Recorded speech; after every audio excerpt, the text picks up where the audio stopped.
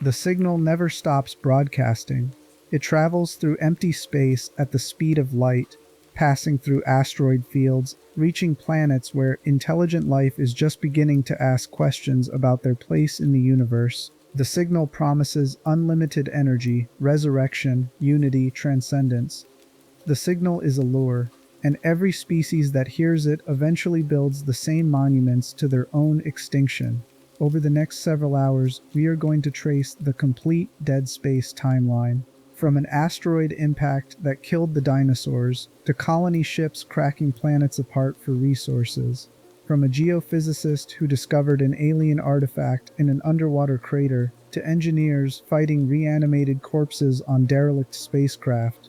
By the end, you will understand how the markers function, why unitology exists, and what happens when an entire galaxy becomes hunting ground for entities that measure their reproduction cycles in millions of years.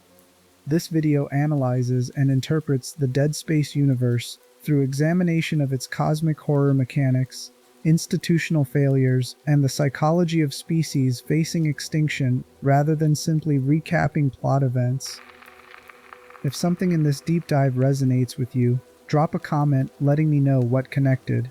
Whether it was a specific detail, a connection you made, or just a moment that stuck with you, and throw out a topic suggestion for a future video. So now get comfortable, dim the lights, and let us start. Chapter 1: The Extinction Event. 65 million years ago, an object struck Earth in what is now the Yucatan Peninsula. The impact created the Chicxulub crater, vaporized billions of tons of rock, sent tsunamis racing across prehistoric oceans, and filled the atmosphere with enough debris to block sunlight for years. The extinction event that followed killed roughly 75% of all species on the planet, including every non-avian dinosaur. This is established scientific consensus. What most people do not know is that the object that struck Earth was not a random asteroid, it was a marker. The black marker arrived on Earth, carrying information encoded in its double helix structure. The artifact itself was approximately 3 meters tall, made of an unknown material that appeared to be stone but exhibited properties no terrestrial mineral possessed. Its surface was covered in symbols that resembled both language and genetic code. Spiraling patterns that seemed to shift when observed directly, geometric shapes that suggested mathematical precision beyond anything Earth's ecosystem had produced. The marker buried itself deep in the crater it created. For millions of years it remained there, dormant but not inactive. The artifact emitted a signal. This electromagnetic pulse was subtle enough that it did not register as anything unusual to the primitive nervous systems that survived the extinction event, but it influenced them nonetheless. The signal affected how early mammals evolved. It guided their development, pushing certain genetic traits forward while suppressing others. Brain size increased more rapidly than natural selection alone would explain. Tool use emerged earlier. Language centers developed with unusual sophistication. The evolutionary timeline that produced Homo sapiens might have taken twice as long without the marker's influence, or might have produced an entirely different result.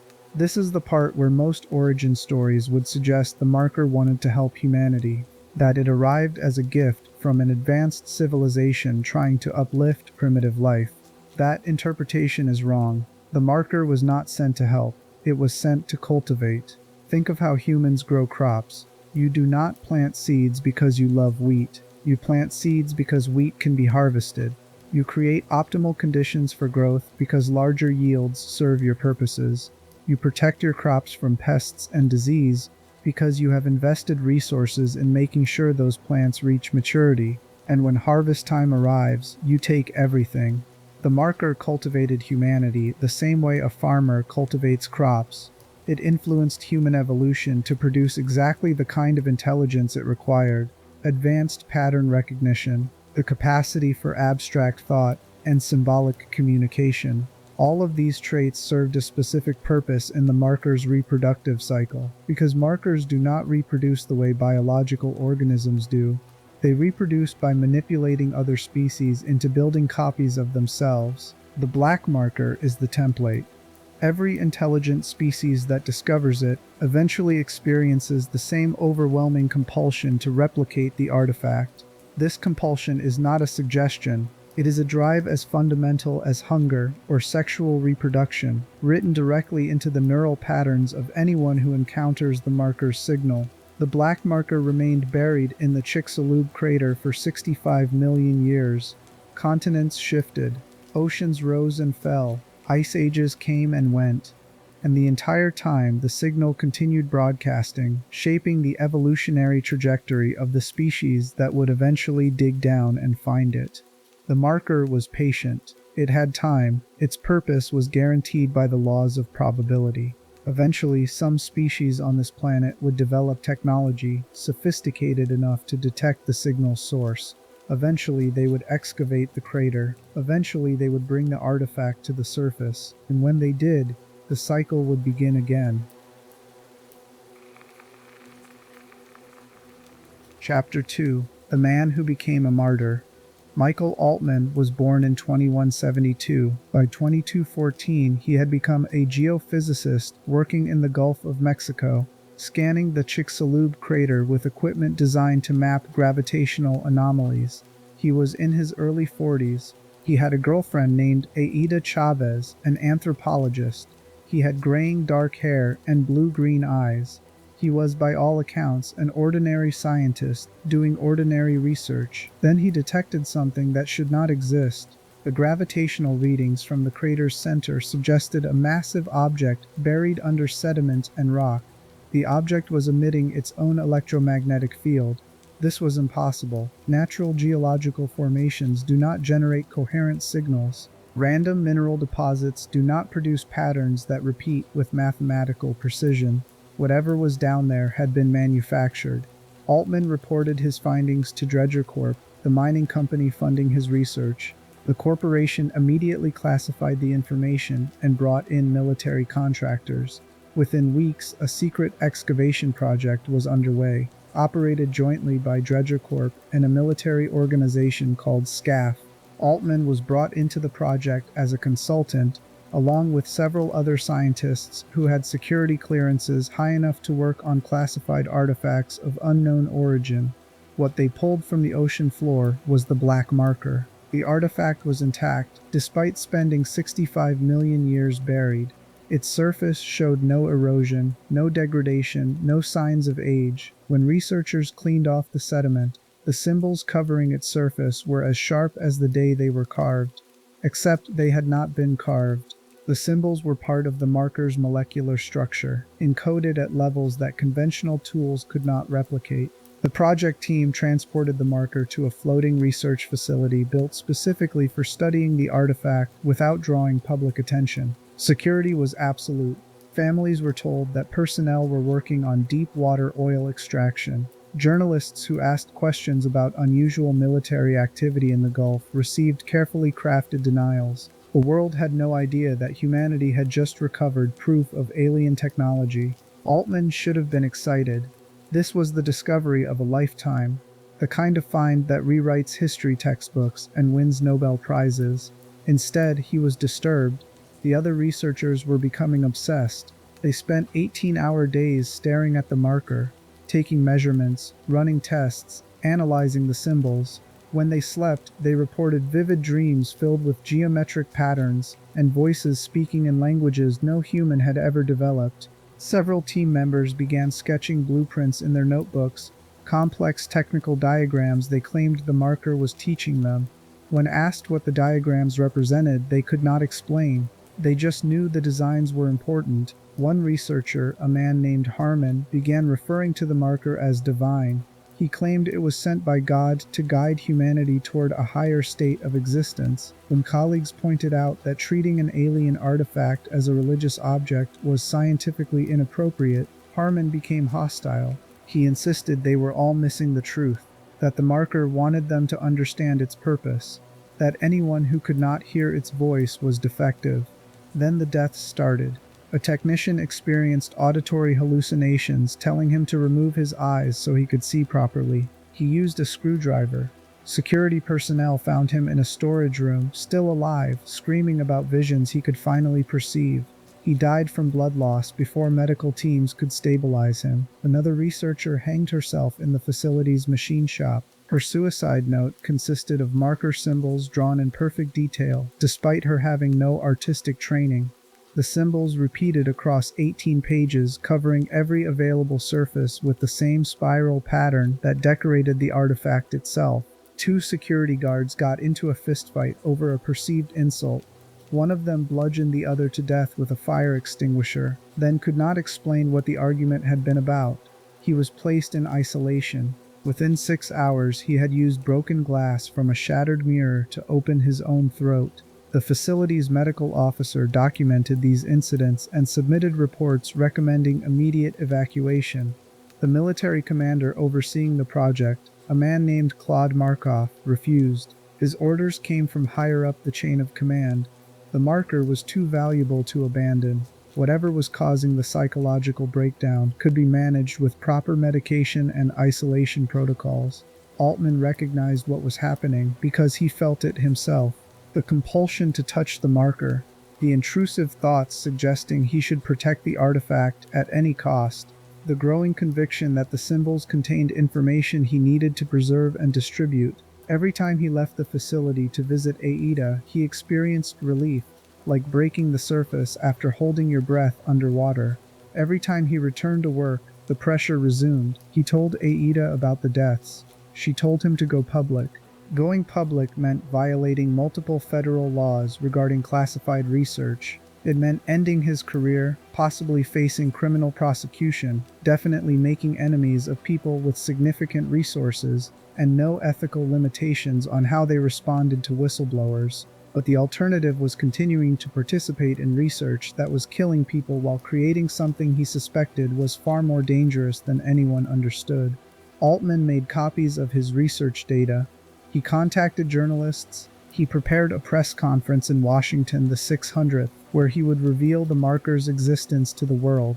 Before he could deliver that presentation, Dredger Corp security teams grabbed him. They brought him back to the facility, where the marker sat in its laboratory under observation by researchers who were slowly losing their minds.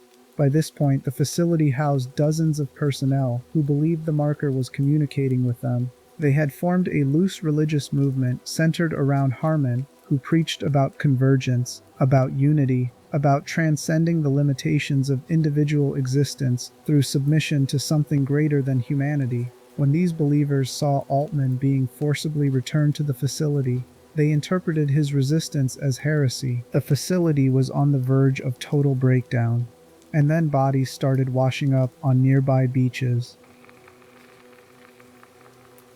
Chapter 3: The Religion Built on a Lie. The first necromorph found on a Mexican beach near the crater looked like a corpse that had been mutilated by some kind of industrial accident.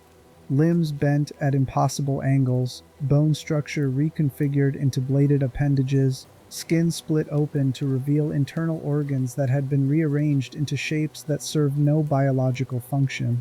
Local residents burned the body. They did not understand what they were looking at, but they understood it represented contamination. A wise woman in the community died by her own hand shortly after the burning. Whether she was infected by proximity to the corpse or whether the marker's signal had reached her through some other vector does not matter. What matters is that the infection had begun.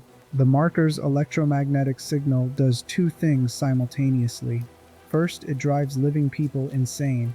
The hallucinations start subtle. Voices at the edge of hearing, patterns appearing in random noise, intrusive thoughts that feel like they originated from somewhere outside your own consciousness.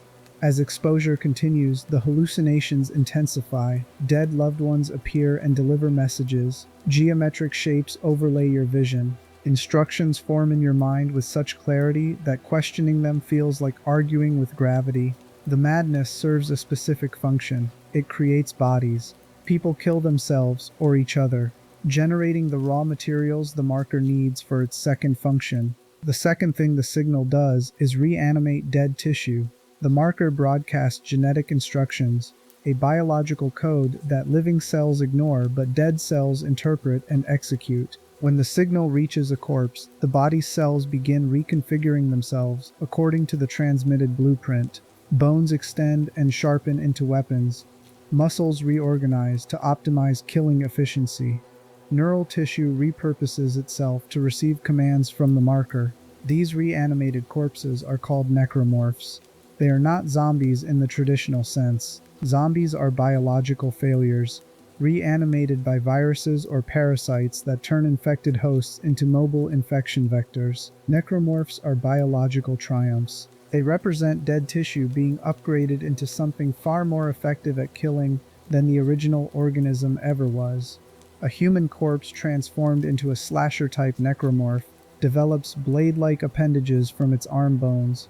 These blades can punch through reinforced doors. The necromorph's spine reconfigures to allow movement on walls and ceilings. Its vocal cords reshape to produce sounds that trigger panic responses in living humans. Every modification serves to make the creature more effective at creating additional corpses, and the necromorphs follow orders. The marker broadcasts commands through its electromagnetic signal, and the creatures obey with perfect coordination.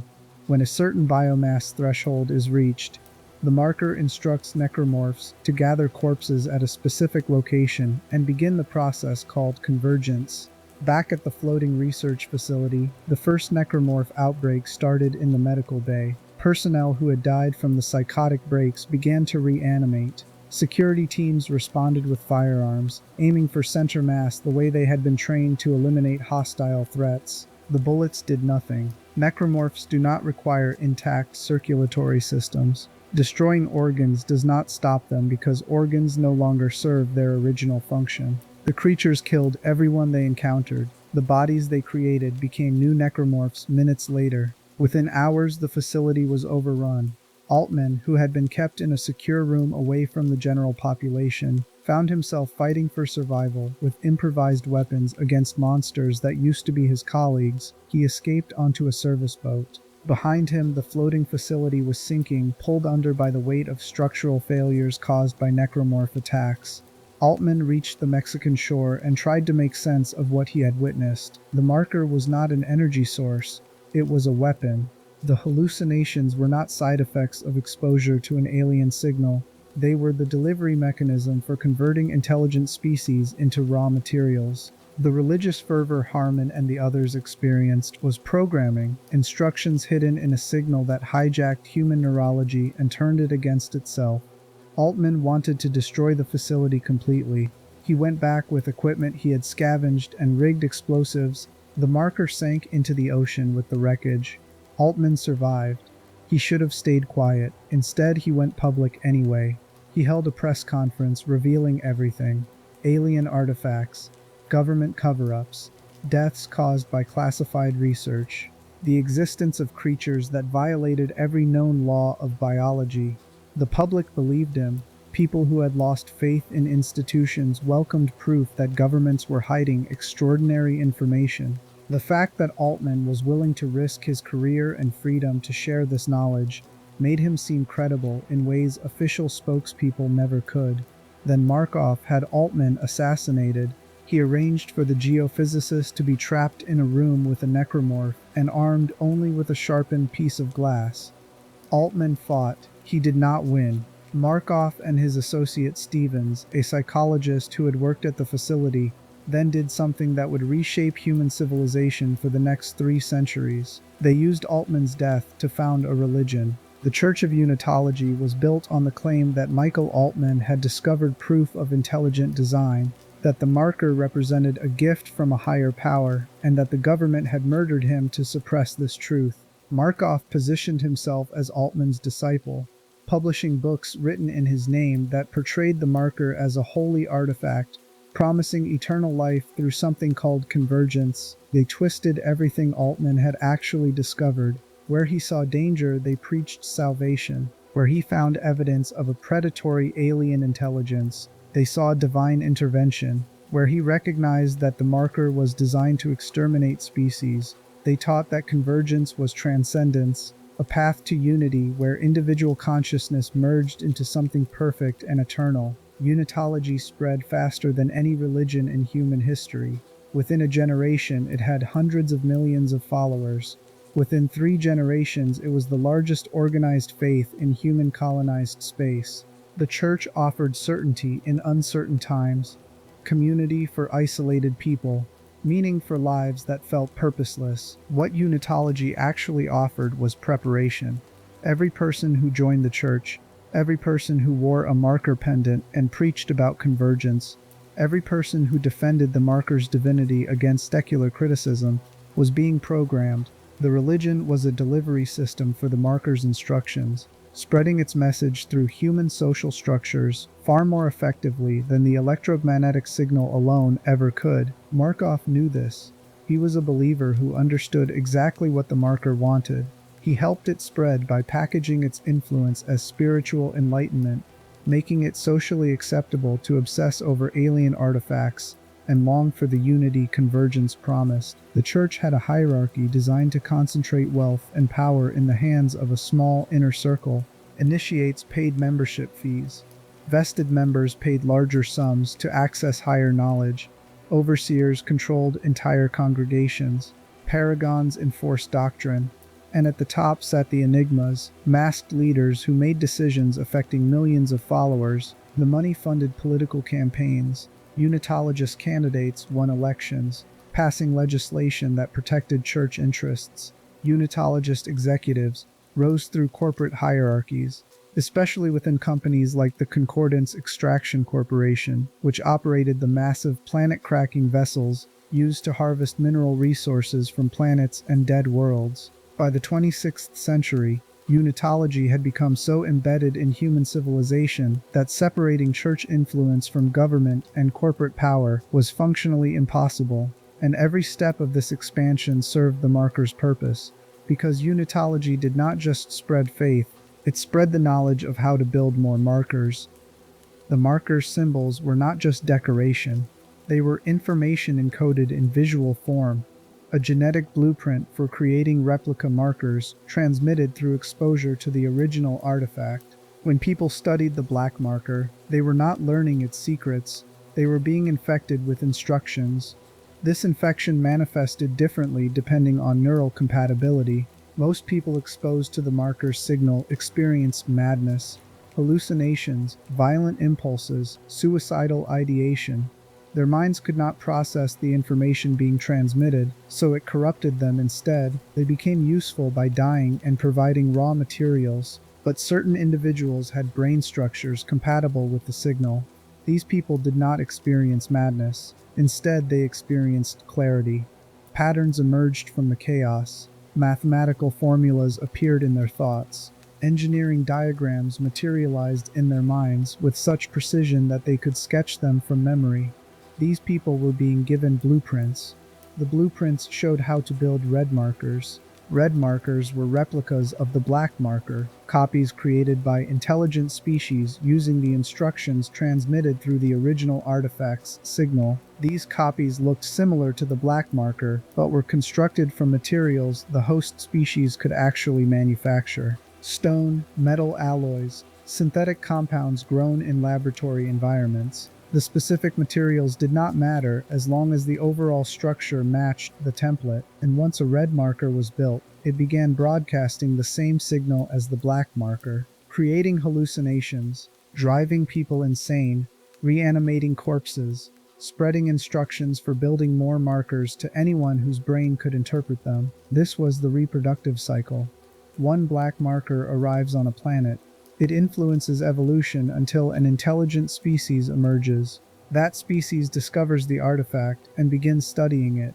Compatible individuals receive blueprints and feel compelled to build replicas. The replicas create more necromorph outbreaks, more deaths, more biomass. And eventually, when enough red markers exist and enough corpses have been created, convergence begins. Unitology accelerated this process by making marker replication feel sacred. The church taught that building markers was humanity's divine purpose, that each replica brought the species closer to transcendence, that resistance to this calling was heresy against the will of God. Followers who questioned whether humanity should be creating alien artifacts of unknown function were labeled as faithless, expelled from the community. sometimes killed by the more zealous believers who saw violence as service to a higher cause. The Church also taught that convergence was paradise. They described it as the ultimate unity, where individual consciousness merged into collective awareness, where suffering ended because separation ended, where death was revealed as merely a transition to a more perfect state of being. This teaching was based on partial truth, deliberately misinterpreted. Convergence was real. It was the final stage of the marker's reproductive cycle. When a red marker had access to sufficient biomass and its creators were present, the artifact could initiate a process where all necromorphs in the area were pulled together into a single massive organism. This organism was called a Brethren Moon. Brethren Moons were planet-sized necromorphs, sentient entities constructed from billions of corpses compressed and reconfigured into a spherical mass roughly the size of Earth's moon. These entities possessed intelligence far beyond human comprehension. They could communicate telepathically across interstellar distances. They could broadcast the marker signal throughout entire star systems, and they were hungry. The markers did not want to help humanity ascend to godhood. They wanted to consume humanity completely, converting every living person into component material for constructing another Brethren Moon. Convergence was not transcendence, it was digestion on a planetary scale. Unitology existed to make this process easier. The Church gathered followers and convinced them that death was desirable, that resisting the marker's influence was wrong, that building more markers and spreading the signal served humanity's highest purpose. Every sermon reinforcing these beliefs made the eventual harvest more efficient, and because the Church was founded by people who understood exactly what they were doing, it could never be reformed from within. Unitology was not a religion that had been corrupted, it was corruption wearing religion as camouflage. By the 23rd century, the Church had become powerful enough to influence government policy directly. EarthGov, the centralized political authority governing human colonized space, officially classified all marker research as restricted. The black marker's existence was denied in public statements. The Chicxulub crater excavation was described as a failed mining operation. Michael Altman's death was attributed to a tragic accident during routine research, but secretly, EarthGov had recovered the black marker from where it had sunk. Government scientists were studying it in secure facilities, trying to understand how it generated unlimited energy, attempting to harness its power without triggering the psychological and biological effects that had destroyed the original research team. They failed. Every attempt to study the black marker resulted in the same pattern. Researchers went insane. Necromorphs appeared. Outbreaks occurred. Containment teams eliminated the infected personnel and destroyed the evidence. Then new teams were brought in to try again, because the potential benefits were too valuable to abandon, and the people making decisions about whether to continue research were never the ones facing consequences when experiments went wrong. This created a bizarre situation where Unitology and EarthGov were enemies in public but collaborating in practice. The Church wanted markers to spread. The government wanted to control markers while preventing the Church from accessing them. Both sides were building replicas. Both sides were exposing populations to the signal. Both sides were creating conditions for outbreaks that neither could fully contain. The only difference was intention. Unitologists wanted convergence to succeed because they believed it was salvation. Government researchers wanted to prevent convergence while exploiting marker technology for power generation, weapons development, and corporate profit. Neither side understood that the markers did not care about human intentions. The artifacts were executing programming created by entities that viewed entire civilizations as temporary resources. Chapter 4. The Replicas. In 2294, 200 years after the Black Marker disaster, researchers working for the sovereign colonies successfully reverse-engineered the artifact. They had built the first functional red marker. The sovereign colonies were humanity's united space government before EarthGov existed, a coalition of off-world settlements and corporate interests that controlled colonization and resource extraction across multiple star systems. The organization operated massive fleets, governed billions of citizens, and considered itself the pinnacle of human achievement. They also believed they could control the marker's power while avoiding the consequences that had destroyed previous research teams. The first red marker was activated on a remote planet called Aspera. The planet hosted a prison colony, thousands of convicted criminals serving sentences for violent offenses. If the marker's psychological effects caused problems, the affected population was already isolated and could be eliminated without significant political consequences. If the energy generation worked as predicted, the sovereign colonies would solve humanity's resource crisis forever. The marker was placed in a secure research facility and activated. It began broadcasting its signal across the colony. Within days, prisoners were experiencing hallucinations. Within weeks, violent incidents increased by 300%. Within months, the prison population had fractured into warring factions who claimed they were receiving divine instructions to kill specific people, protect the marker from contamination, or destroy the facility to free themselves from demonic influence. One prisoner, a man named Istvan Sato, proved especially compatible with the signal. He experienced vivid visions showing him complex patterns and mathematical relationships. Scientists studying his brain activity discovered that his neural patterns amplified the marker's signal, turning him into what they called a catalyst. When Istvan was near the marker, the artifact's influence intensified dramatically, affecting people at greater distances and with greater severity.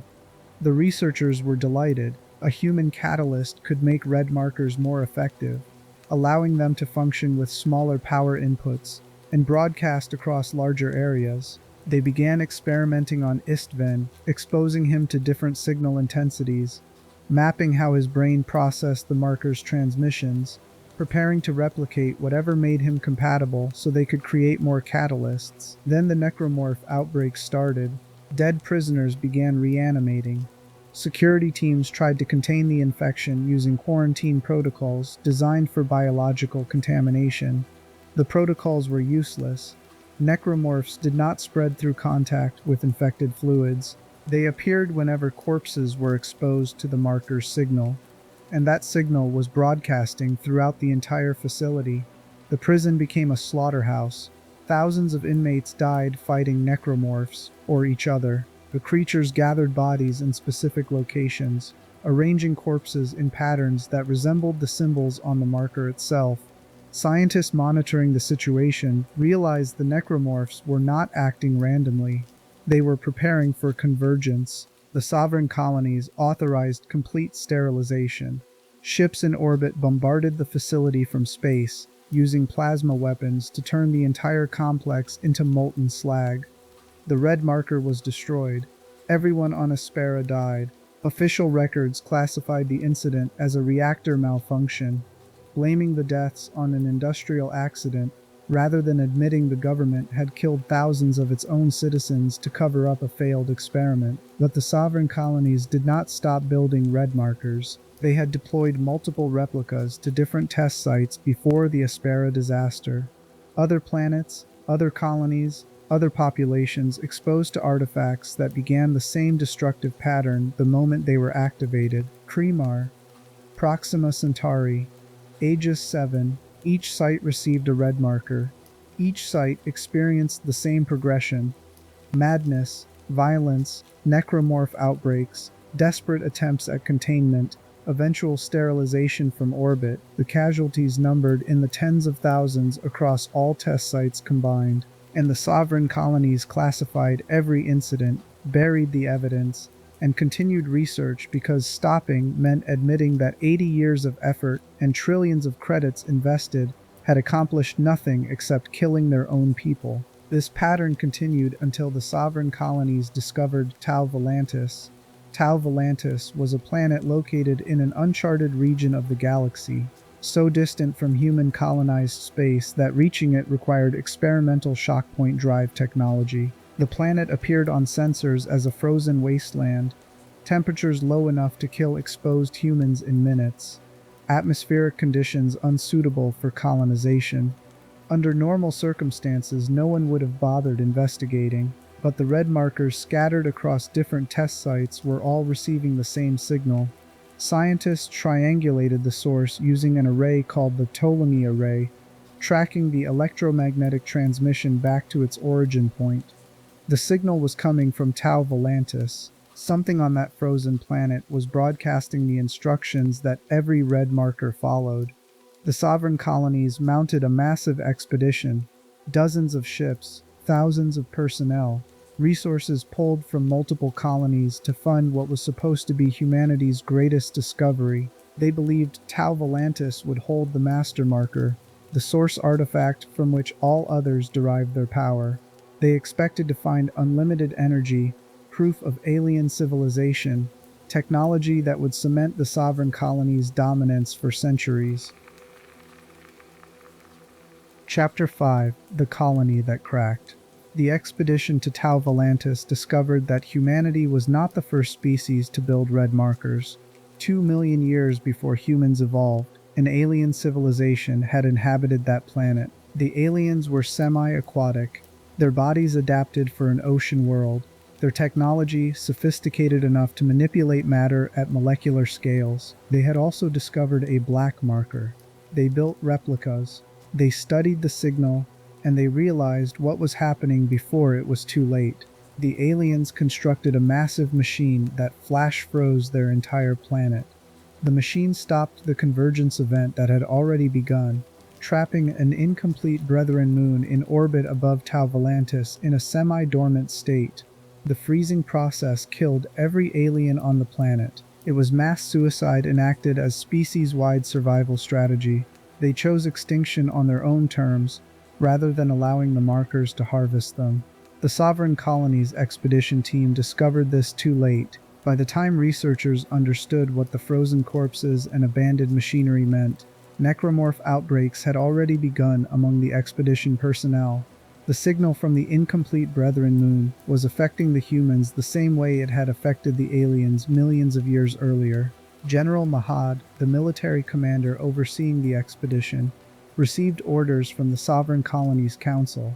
Those orders activated Scenario 5, a first contact protocol designed for situations where humanity encountered hostile alien intelligence. Scenario 5 required eliminating all expedition personnel, destroying all research data, and ensuring no information about Tau Volantis ever reached Earth. Mahad executed those orders. He had his soldiers kill the scientists. He destroyed the ships that could carry survivors home. He established a minefield in orbit around the planet to prevent anyone from approaching. Then he and the remaining loyalists eliminated themselves, shooting each other in rotation until the last soldier put a gun in his own mouth and pulled the trigger. The Tau Volantis expedition was erased.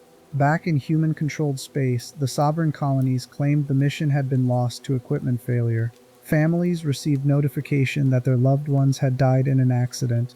No one was told the truth, but the black marker on Earth was still broadcasting. Red markers built during the research program were still active on various test sites, and Unitology was still spreading, still gathering followers, still teaching people that the markers represented divine will rather than predatory technology. 200 years later, in 2509, a planet-cracking vessel called the USG Ishimura was sent to a colony on Aegis 7. Aegis 7 was a remote mining colony built to extract valuable minerals from the planet's crust. The colony housed roughly 60,000 civilians, mostly miners and their families, living in prefabricated structures that could withstand the harsh environmental conditions. The work was dangerous and poorly paid, but it provided employment for people who had few other options in an economy increasingly controlled by corporations that treated workers as disposable resources. The colony administrator, a man named Hanford Carthusia, was a high-ranking Unitologist. He had used his position within the church to gain access to classified information about marker test sites. When he learned that a red marker had been buried on Aegis 7 decades earlier during the original Sovereign Colonies research program, he saw an opportunity to serve what he believed was God's will. Eckhart ordered the colony's mining equipment to excavate the marker. He told the miners they were extracting valuable mineral deposits. He told his Unitologist contacts they were recovering a holy artifact. He told no one the truth, which was that he was about to expose 1,000 people to an alien signal that would drive them insane and turn their corpses into weapons. The marker was brought to the surface and placed on a pedestal designed to amplify its signal. Within hours, colonists began experiencing hallucinations. Within days, domestic violence incidents increased dramatically. Within weeks, the colony was fragmenting into armed factions, fighting over interpretation of visions they believed were messages from God. The USG Ishimura arrived at Aegis 7 to crack the planet and extract its mineral wealth. Planet cracking was humanity's solution to resource scarcity. Instead of mining planets conventionally, corporations deployed massive vessels that could break planetary crust apart and harvest the exposed materials directly. The process destroyed the planet completely, turning it into asteroid fields and resource-rich debris, but it was profitable enough that the environmental consequences were considered acceptable costs. The Ishimura was one of the largest planet crackers ever built. The ship measured over 1.5 kilometers long and could crack a planet in weeks. It carried a crew of over 1,000 personnel, everything from engineers and miners to medical staff and security officers. The ship was also captained by Benjamin Matthias, a Unitologist who believed the marker was a sacred relic and whose faith would ultimately contribute to the disaster that followed.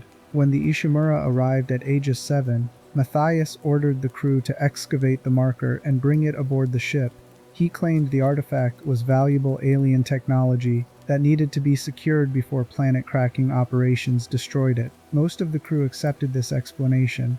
Those who questioned the orders were overruled or reassigned. The marker was transported to the Ishimura's cargo hold, and the signal began affecting the crew immediately. Nicole Brennan was the ship's senior medical officer. She had been assigned to the Ishimura roughly a year earlier, taking a position that her boyfriend Isaac Clarke had encouraged her to accept. Nicole specialized in treating patients who had left the Church of Unitology, helping them recover from the psychological damage caused by the Church's indoctrination techniques. She had worked with Isaac's mother, who had bankrupted herself, donating to the Church, sinking the family into debt and leaving Isaac to pick up the pieces. Nicole and Isaac had been together for 2 years. They lived together, they were planning a future. Isaac worked as an engineer for the Convergence Extraction Corporation, designing and repairing the systems that kept deep space operations running. He was good at his job. He had no idea that encouraging Nicole to take the Ishimura position would lead to her death. When the marker came aboard, Nicole was among the first to recognize that something was wrong. Crew members were reporting to the medical bay with symptoms that did not match any known illness: insomnia, auditory hallucinations, paranoid delusions, violent outbursts. She documented these cases and reported them to the ship's command structure, recommending immediate psychological evaluation for affected personnel. Her recommendations were ignored. Captain Matthias was experiencing visions he interpreted as divine communication. He believed the marker was speaking to him, showing him humanity's future, guiding him toward convergence. Other Unitologists among the crew shared his interpretation. They formed a core group of believers who saw the hallucinations as gifts rather than symptoms. The ship's chief science officer, Terence Kine, was one of the few senior personnel who recognized the danger. Kine had studied the marker's effects and understood that the artifact was not benevolent. He tried to convince Matthias to jettison the marker before the situation deteriorated further. Matthias refused. When Kine persisted, Matthias had him confined to quarters. The first necromorph appeared in the mining deck. A worker had died from injuries sustained during equipment malfunction. His body was left in the morgue pending funeral arrangements. The marker's signal reanimated the corpse. Within minutes, the dead worker had transformed into a slasher-type necromorph and killed 3 medical technicians. Those bodies transformed into new necromorphs. The outbreak spread. Security teams responded with standard weapons, aiming for center mass, firing until threats stopped moving. The necromorphs did not stop. Bullets through the torso accomplished nothing because necromorphs did not require functioning organs. The creatures kept attacking until someone figured out that removing limbs rendered them immobile. By the time security adapted their tactics, dozens of crew members were dead. Their bodies were transforming. The necromorphs were gathering corpses in specific locations, stacking them in patterns that followed the marker's symbolic language. And the hallucinations were intensifying, with more crew members killing themselves or each other in response to visions commanding them to join the unity convergence promised. Nicole tried to save as many people as she could. She evacuated survivors to secure areas of the ship. She recorded messages documenting what was happening, hoping that if anyone survived to reach help, they would have evidence of what caused the outbreak. She stayed at her post in the medical bay long after it was safe to do so, treating wounded personnel and trying to maintain order while the ship collapsed into chaos around her. Eventually, she barricaded herself in her quarters. She recorded a final message to Isaac, telling him she loved him, apologizing for things she could not control, asking him to remember her as she was before the marker destroyed everything. Then she ended her life rather than waiting for the necromorphs to find her. Her body was never recovered. It likely transformed into a necromorph minutes after her death, joining the hundreds of other crew members who had become the very monsters they were trying to escape. The Ishimura sent a distress signal before all communications failed. The signal was received by a rescue ship called the USG Ishimura, and among the Kellyan's crew was Isaac Clarke, who volunteered for the mission because his girlfriend was on the Ishimura, and he wanted to make sure she was safe. Isaac did not know Nicole was already dead. He would not learn this truth for hours, fighting through a ship filled with reanimated corpses, experiencing hallucinations of Nicole guiding him toward the marker, believing she was still alive somewhere on the vessel waiting for rescue. The marker had already begun using his grief as a weapon before he even stepped aboard the Ishimura.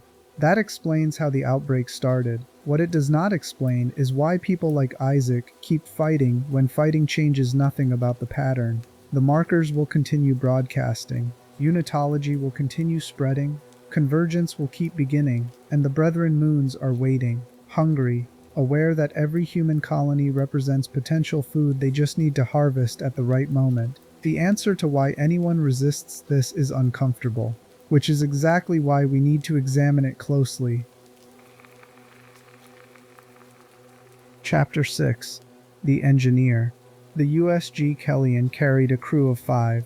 Zach Hammond, Security Chief. Kendra Daniels, Computer Specialist. 2 pilots named Chen and Johnston.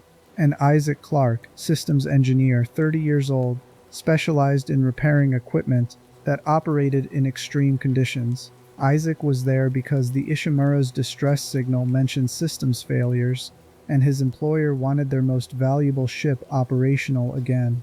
He was also there because Nicole's last message to him had been brief and distant, and he needed to know she was safe. The Kellyan approached the Ishimura in orbit around Aegis 7. The planet cracker was visible through the cockpit windows, a massive structure of industrial components and mining equipment designed to tear worlds apart. The ship was dark, no lights in the habitation sections, no communication signals, no response to hailing attempts, just a vessel that should have housed over 1,000 people floating in complete silence. Hammond tried to dock at the Ishimura's flight deck. The automated systems were offline. Manual override failed.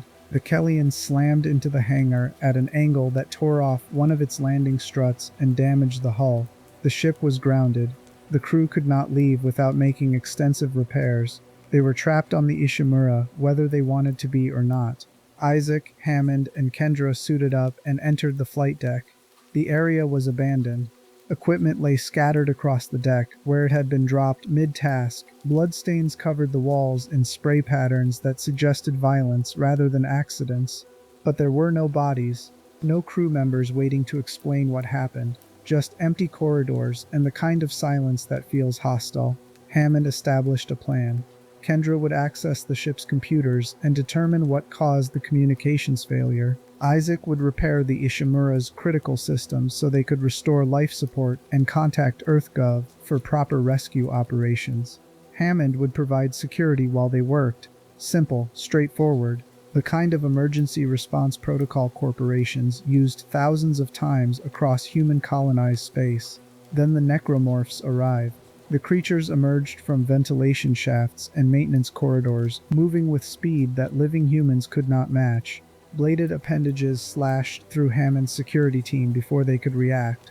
Chen and Johnston died in the first attack, their bodies torn apart by slashers that had been crew members hours or days earlier.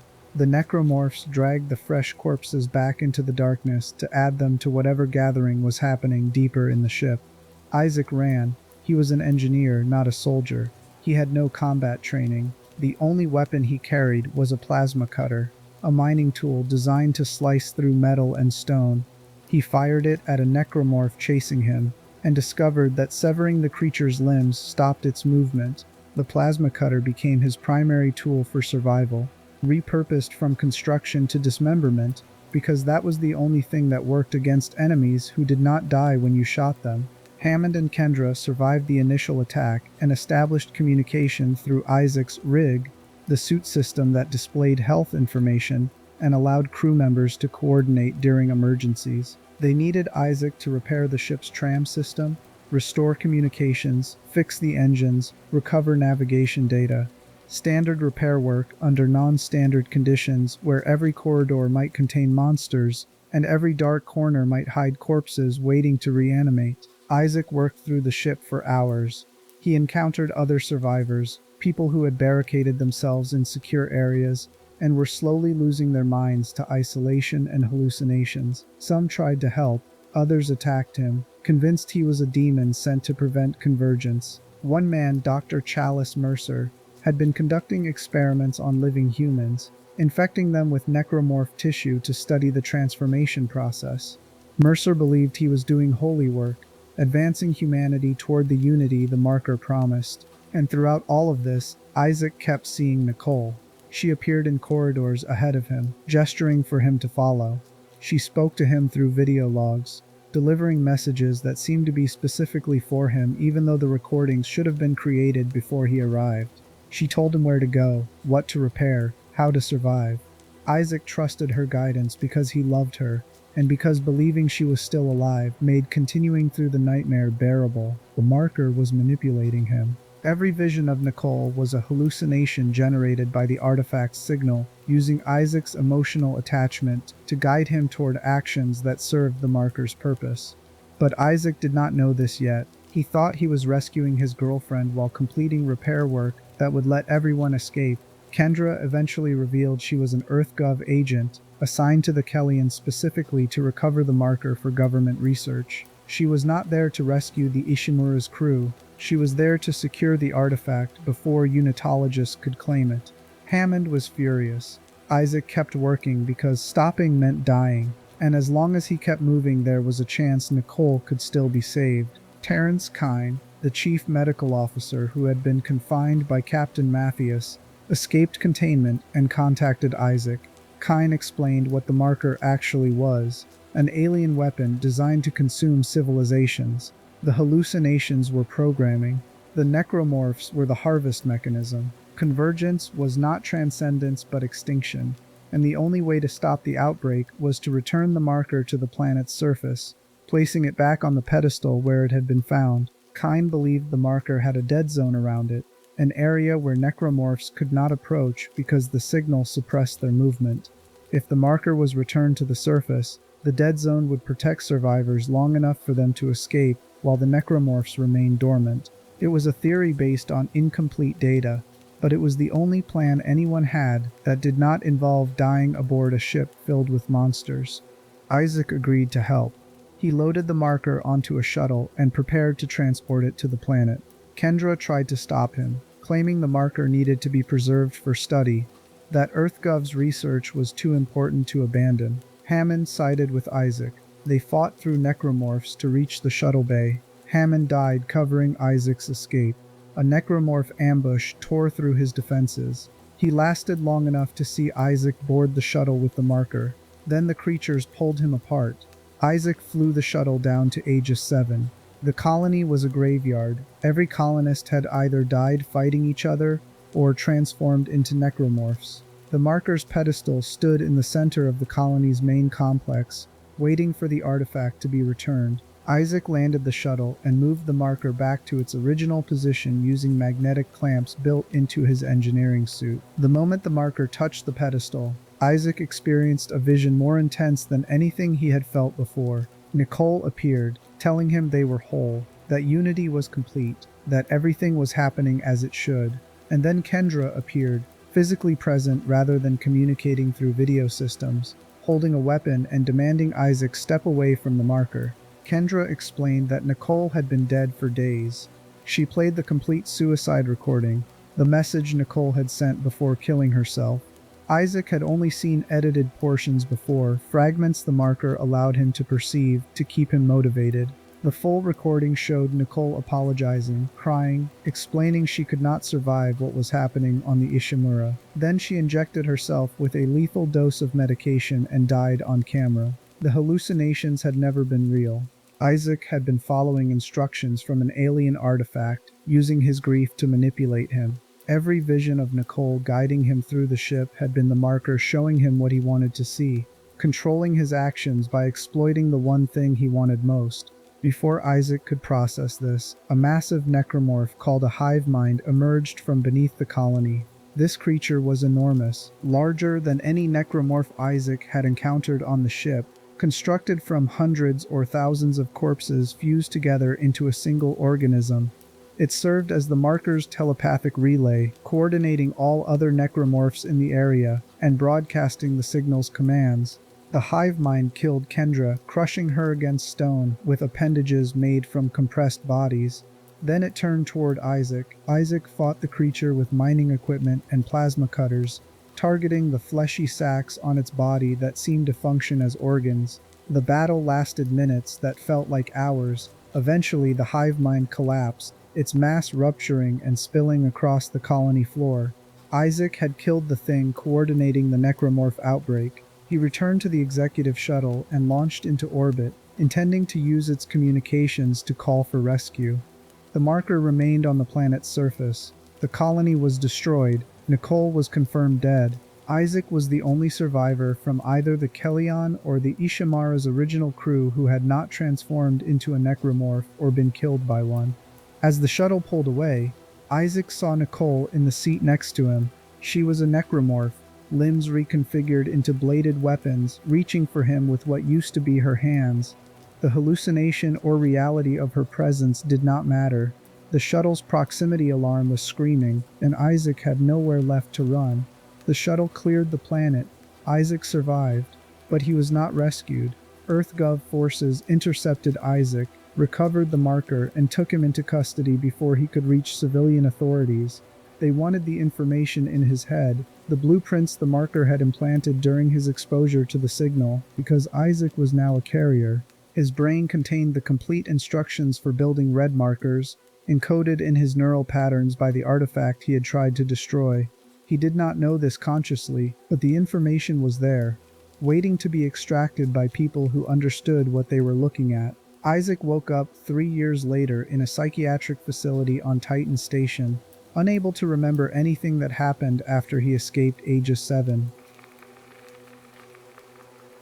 Chapter 7: The Sprawl and the Pattern. Titan Station was called the Sprawl.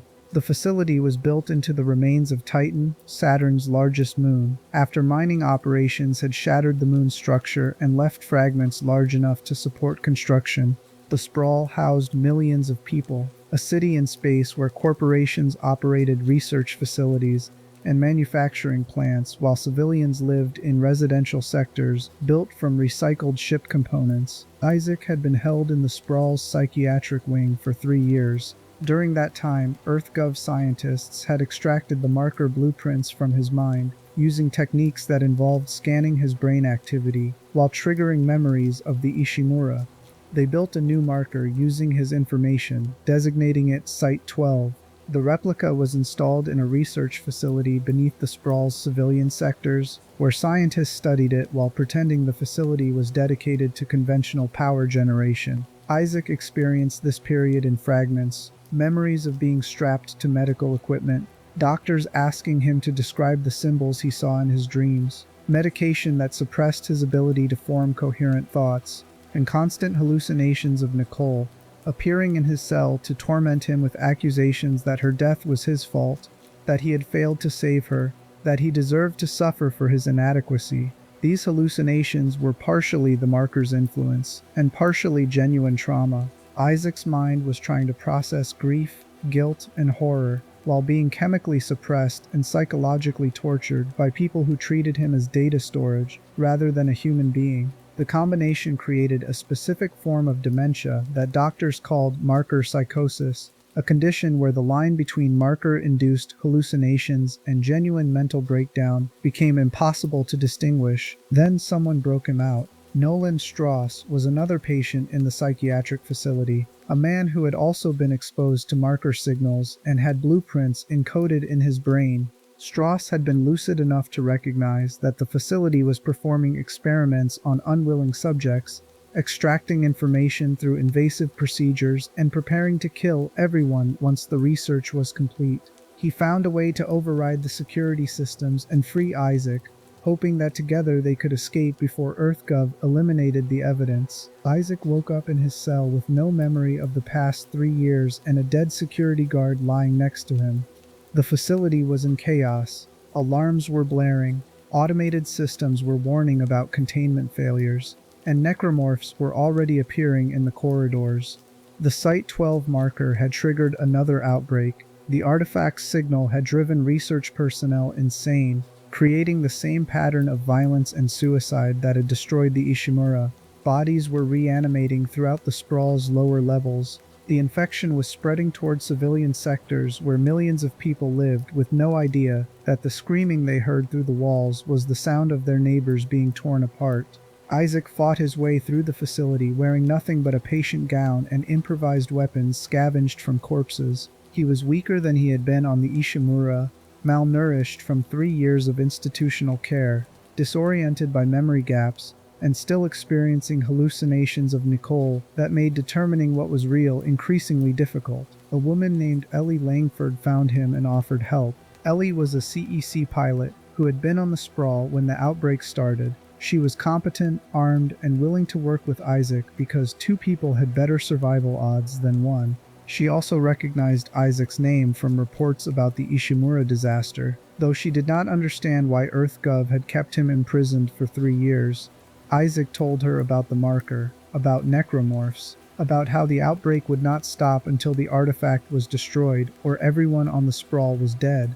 Ellie believed him because the evidence was all around them in the form of reanimated corpses and collapsing infrastructure. The Sprawl's director, Hans Tiedemann, was trying to contain the outbreak while preventing the public from learning that EarthGov had built a marker replica beneath their homes. Tiedemann sealed sections of the station, venting atmosphere to kill necromorphs and civilians together, calculating that controlled losses were better than total station failure. He also sent security teams after Isaac, claiming the engineer was responsible for the outbreak and needed to be eliminated as a threat. Isaac ignored Tiedemann's accusations and focused on survival. He needed to reach the marker and destroy it before Convergence could begin. The problem was that destroying the marker would not eliminate the blueprints in his head. As long as those instructions existed, people would keep building replicas. The cycle would continue. Strauss appeared intermittently throughout Isaac's escape attempt, delivering messages that were sometimes helpful and sometimes incomprehensible. The man was deteriorating mentally, his marker-induced dementia progressing to the point where he could not distinguish between past trauma and present circumstances. Eventually, Strauss became violent, attacking Ellie and injuring her before Isaac killed him in self-defense. The hallucination of Nicole became more aggressive as Isaac approached the marker. She appeared constantly, delivering monologues about how they needed to become one, how Convergence would reunite them, how resisting the marker's will was futile. Sometimes she helped Isaac by pointing out environmental hazards or hidden supplies. Sometimes she tried to manipulate him into actions that would have killed him. Isaac could not tell which version was the marker's programming and which was his own mind trying to process trauma. A unitologist named Dinah Le Guin contacted Isaac and claimed she could help him eliminate the marker's influence. She said there was a procedure that could remove the blueprints from his brain, freeing him from the hallucinations and preventing EarthGov from using him to build more markers. Isaac agreed to meet her, desperate for any solution that did not involve dying on a space station filled with monsters. Dinah was lying. She was a Unitologist agent sent to capture Isaac and extract his knowledge so the Church could build their own markers without government interference. When Isaac reached her location, she revealed her true intentions and tried to take him by force. Isaac escaped. Dana was killed by necromorphs during the confrontation. Isaac continued toward the marker, which was housed in a massive chamber beneath the Sprawl's foundation. The artifact was enormous, larger than the one from Aegis 7, grown rather than constructed, its mass accumulating from the station itself, fed by the blueprints in Isaac's mind. The marker had literally been built from his thoughts, crystallized into physical form through a process EarthGov scientists did not fully understand. Tiedemann tried to stop Isaac from reaching the marker, arguing that destroying it would eliminate humanity's best chance at solving the energy crisis and understanding alien technology. Isaac ignored him. He had seen what the markers actually accomplished. Unlimited energy was worthless if everyone who tried to harness it went insane and transformed into monsters. The hallucination of Nicole appeared one final time as Isaac approached the marker.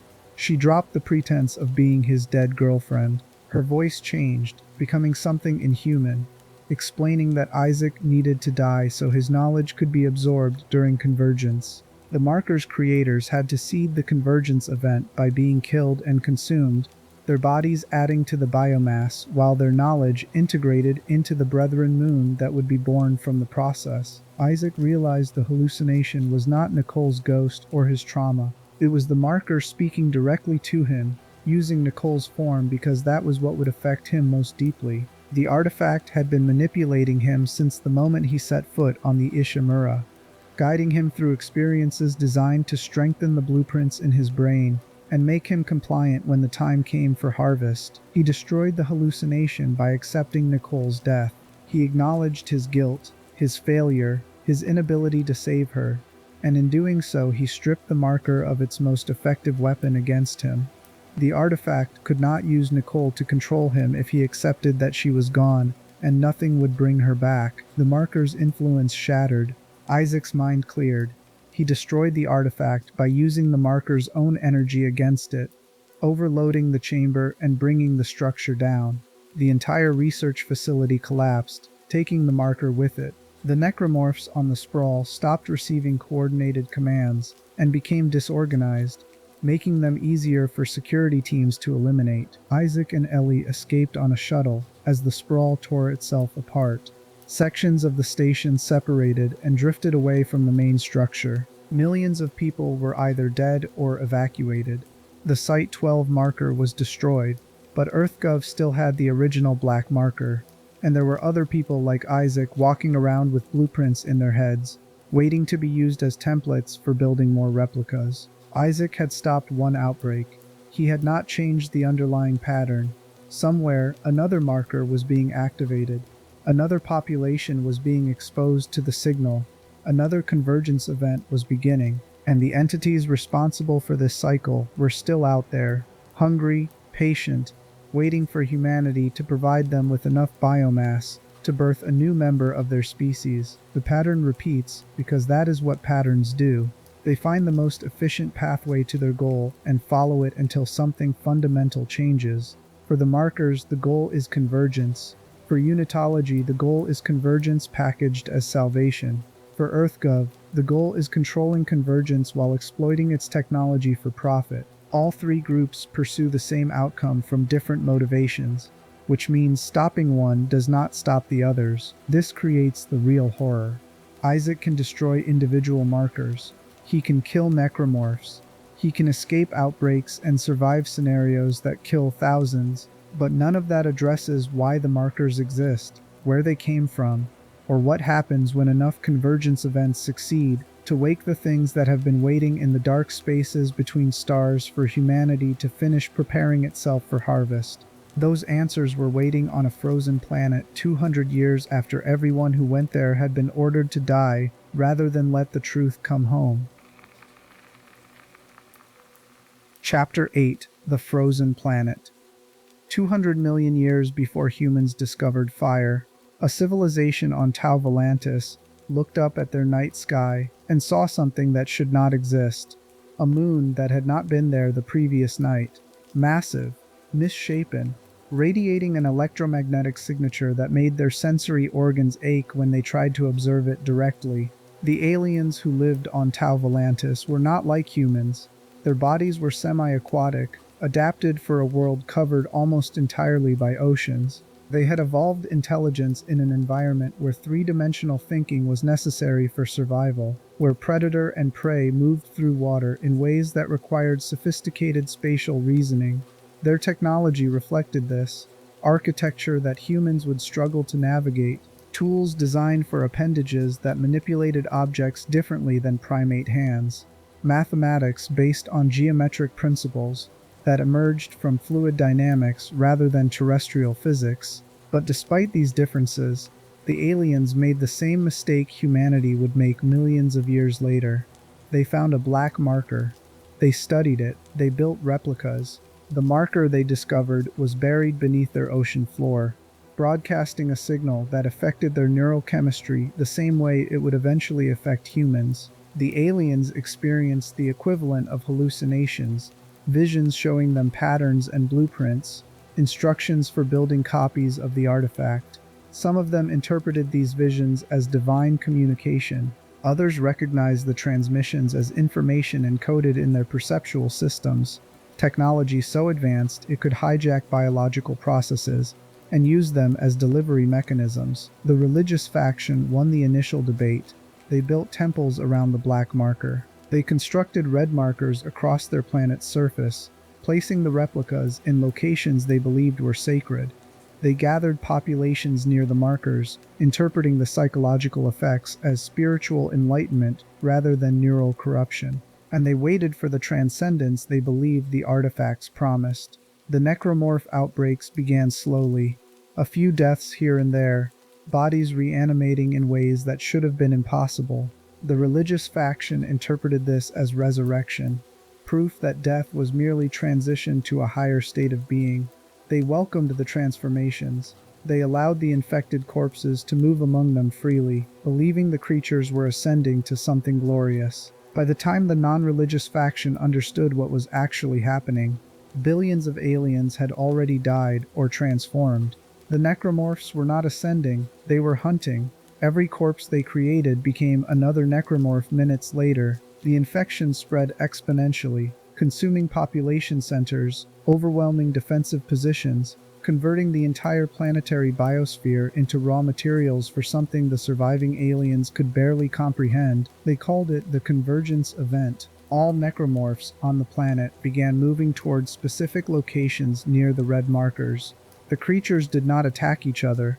They simply gathered, stacking bodies in precise patterns, arranging corpses according to instructions transmitted by the marker signal. And then the bodies began to merge. Flesh fused with flesh, bones extended and intertwined, organs from thousands of different corpses integrated into unified systems. The mass grew larger with each corpse added, rising from the planet's surface like a grotesque monument to extinction. And as the mass reached critical size, the markers pulled it into orbit. The biomass gathered in space above Tau Volantis, compressed by forces the surviving aliens' science could not explain. The compression continued until the mass achieved sufficient density to maintain its own gravitational field. At that point, it stopped being a collection of corpses and became something else entirely, a moon-sized organism, a brethren moon. The brethren moon was sentient. Its consciousness emerged from the integrated neural tissue of billions of dead aliens. Their individual awareness compressed and merged into a collective intelligence that operated on scales no individual mind could process. The entity was not a collection of ghosts or preserved personalities. It was a new form of life, created through the violent integration of an entire species, existing as a single consciousness distributed across a planetary mass of necromorph tissue, and it was hungry. The Brethren Moon did not want to communicate with the surviving aliens. It wanted to consume them. Every living being on Tau Volantis represented additional biomass that could be integrated into the moon's structure, making it larger, more powerful, more capable of broadcasting the marker signal across interstellar distances. The moon's purpose was reproduction, creating more markers that would infect more species, that would build more replicas, that would trigger more convergence events, that would birth more brethren moons. This was the life cycle. Black markers seed planets. Intelligent species evolve. The species discover the markers and build replicas. The replicas create necromorph outbreaks.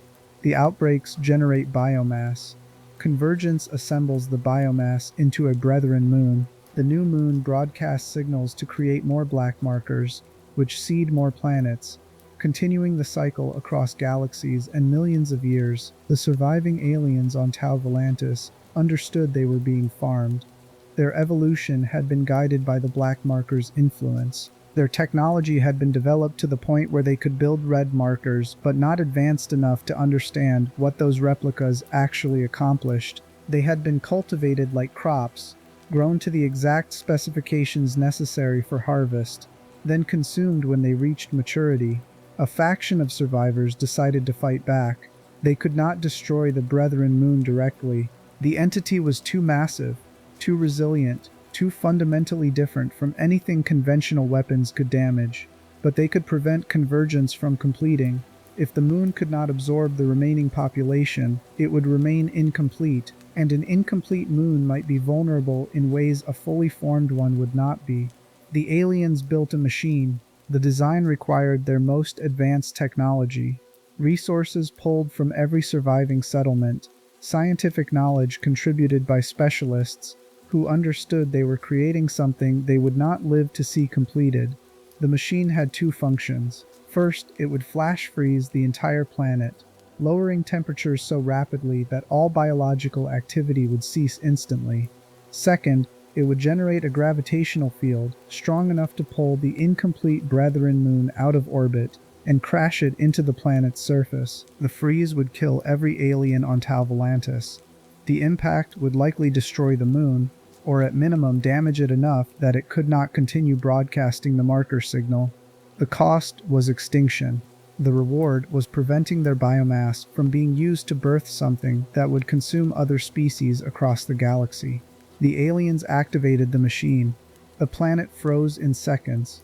Oceans solidified mid-wave. Atmospheric gases precipitated out as ice crystals. Every living organism on the surface died instantly, their cells rupturing as water expanded during crystallization.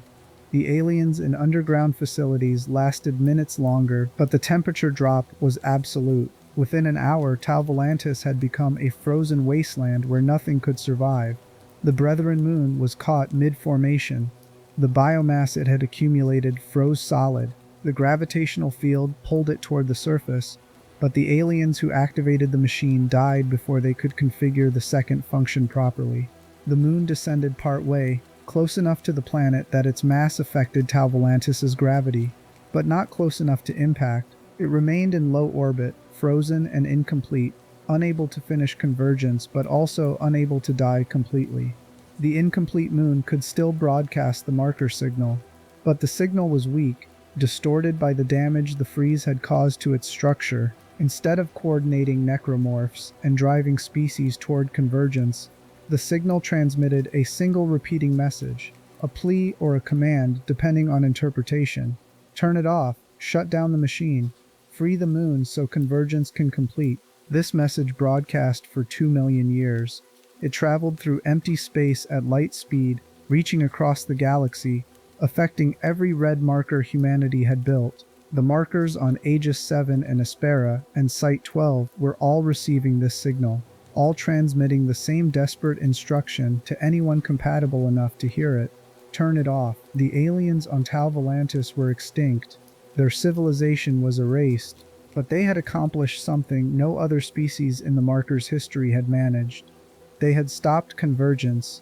They had denied the brethren moons their harvest, and in doing so they had left a warning for whatever species came next. 200 years before Isaac Clarke destroyed the marker on the Sprawl, the sovereign colonies found Tau Volantis. They discovered the frozen planet. They excavated alien corpses and studied the markers scattered across the ice. They found the machine and tried to understand its purpose. And then they received orders to eliminate all evidence, kill all personnel, and ensure no one ever returned. General Mahad executed those orders because he understood what would happen if humanity learned the truth. The markers were not gifts, they were weapons. Convergence was not transcendence, it was harvest, and the Brethren moon waiting in orbit above Tau Volantis was not dormant. It was wounded but conscious, broadcasting instructions through every marker humans had built, preparing for the moment when someone would finally shut down the machine and let Convergence finish what the aliens had interrupted. Mahad tried to bury this knowledge. He succeeded for 2 centuries. But knowledge that valuable does not stay buried. Someone always digs it up. Someone always believes they can control what previous generations could not. And in 2514, that someone was a woman named Ellie Langford. Chapter 9. The Network Awakens. 3 years after the Sprawl outbreak, Isaac Clarke was living alone in an apartment on Earth's moon. He had survived 2 necromorph outbreaks. He had destroyed 2 markers, he had killed thousands of reanimated corpses, and watched even more people die, and he was trying to process all of this in isolation, refusing therapy, avoiding contact with anyone who knew about the Ishimura or Titan station. Ellie had left him. They had dated for a while after escaping the Sprawl, but the relationship could not survive what they had experienced together. Every time Ellie looked at Isaac, she saw the Sprawl burning. Every time Isaac looked at Ellie, he remembered fighting through necromorphs while hallucinating his dead girlfriend. They cared about each other. That care was not enough to overcome the trauma. Ellie became obsessed with preventing future outbreaks. She researched marker history, tracking government documents and Unitologist records, trying to understand where the artifacts came from and why they existed. She discovered references to Tau Volantis, the Lost Sovereign Colonies expedition, the master signal controlling all red markers. She mounted a private expedition to the frozen planet, financed by people who wanted to stop the markers permanently rather than exploit them.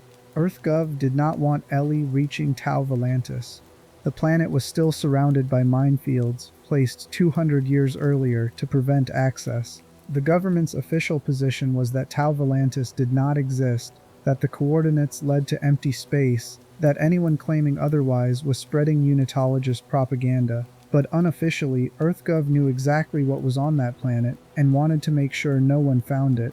When Ellie's expedition reached Tau Volantis, communications went dark.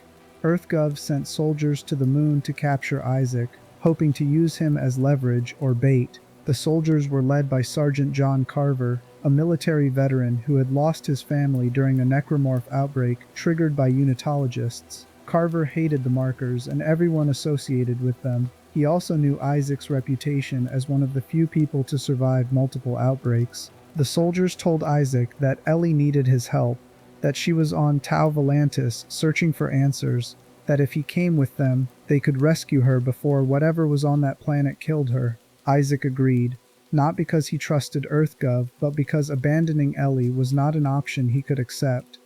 The ship carrying Isaac and Carver toward Tau Volantis was attacked by Unitologists. Jacob Danik, leader of a militant Unitologist faction called the Circle, wanted to reach Tau Volantis before anyone else. The Circle believed the planet held the key to initiating convergence across all human space simultaneously. They were willing to kill anyone who interfered with this goal.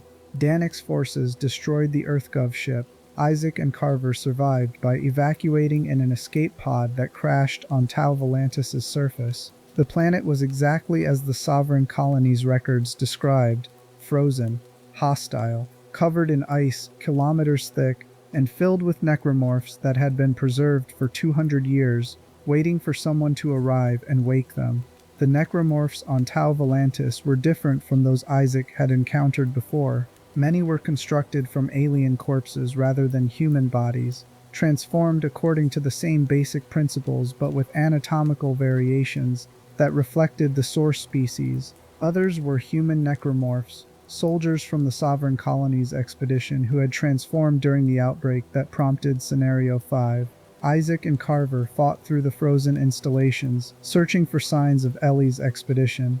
They found abandoned camps, research notes documenting the aliens' history, fragments of the codex, the device the aliens had used to control their machine, and evidence that Ellie was still alive, moving deeper into the planet towards something she believed could stop the markers permanently. They also found Earl Serrano, or what was left of him. Serrano had been a leading researcher on the Sovereign Colonies expedition. He had discovered the truth about the markers and tried to complete what the aliens started, reconfiguring the machine to destroy the incomplete Brethren moon before it could wake fully. General Mahad stopped him, executing Scenario 5 before Serrano could finish his work. Serrano survived by hiding, then spent the next 200 years alone on Tau Volantis, slowly dying while trying to repair the machine with equipment scavenged from abandoned facilities. By the time Isaac and Carver found him, Serrano was barely alive. Frostbite had consumed his extremities. Malnutrition had reduced him to a skeletal frame. His mind had deteriorated from decades of isolation and marker exposure, but he was still conscious enough to explain what the machine actually did and why it had to be activated properly this time. The machine was not just a freeze weapon. It was designed to crash the Brethren moon into Tau Volantis, destroying the moon completely and eliminating the source of the master signal controlling all markers. If the machine functioned correctly, every red marker in human space would go inert. The Necromorph outbreaks would stop, convergence events would fail, humanity would be free from the cycle. But the machine required the codex to operate, and the codex had been split into pieces and hidden by Serrano's team before Scenario 5 killed them. Isaac and Carver needed to recover those pieces, reassemble the codex, and activate the machine before Danik reached it first. They found Ellie working on the same goal. Her expedition had suffered casualties, losing people to necromorphs and environmental hazards, but she had continued deeper into the planet because turning back meant abandoning the only chance humanity had to stop the markers permanently. She was with Captain Robert Norton, a EarthGov officer who had been assigned to protect her expedition and who was clearly in love with her. Norton hated Isaac. He blamed Isaac for Ellie's trauma, for the scars she carried from the Sprawl, for the fact that she was risking her life on a frozen planet instead of living safely somewhere far from markers and necromorphs. The tension between Norton and Isaac created friction that nearly got everyone killed when they should have been cooperating. Eventually, Norton tried to trade Isaac to Danik in exchange for safe passage off Tau Volantis. Danik agreed to the trade, then killed Norton anyway because Unitologists did not negotiate with people who opposed convergence. Norton died understanding he had made a mistake. Isaac forgave him because holding grudges against the dead accomplishes nothing. Isaac, Carver, and Ellie recovered the codex pieces and fought their way to the machine. The structure was enormous, built into Tau Volantis' crust, extending down into the planet's core where it could access geothermal energy and gravitational manipulation systems the aliens had constructed. Activating it required inserting the codex and configuring settings that Serrano had spent 2 centuries trying to understand. Danik reached the machine first. He had the final codex piece, and instead of activating the machine to destroy the Brethren moon, he shut it down completely. The freeze reversed. Temperature began rising. The incomplete moon in orbit started to wake. Danik explained his reasoning while the machine powered down. He believed convergence was salvation, that humanity's purpose was to join the unity the Brethren moons represented, that resisting this purpose was denying humanity's evolutionary destiny. He was willing to sacrifice every human alive to achieve this goal because he genuinely believed extinction through convergence was better than continued existence as separate individuals. Isaac killed Danik, but the damage was done. The machine was offline, the Brethren moon was waking, and convergence was beginning. The moon descended from orbit. Its mass blocked out the sky. The electromagnetic signal it broadcast intensified to levels that affected Isaac and Carver even through their suits' shielding. Both men experienced hallucinations more severe than anything they had encountered before. For Isaac, Nicole reappeared, trying one final time to convince him to stop fighting. For Carver, visions of his dead family told him that joining Convergence would reunite them. They fought through the hallucinations and reached the machine's control systems. Ellie escaped on a shuttle, unable to help because she lacked the engineering knowledge necessary to reconfigure alien technology under combat conditions. Isaac and Carver worked together, rerouting power, bypassing damaged systems, forcing the machine to reactivate even though it had been offline for minutes. That allowed the moon to gain momentum. The machine came back online, the gravitational field engaged. The Brethren moon screamed, a psychic transmission that felt like knives being driven through Isaac's brain. And then the moon began to fall. The impact was cataclysmic. The moon struck Tau Volantis with enough force to shatter continental plates and vaporize billions of tons of ice. The shockwave traveled around the planet at supersonic speeds.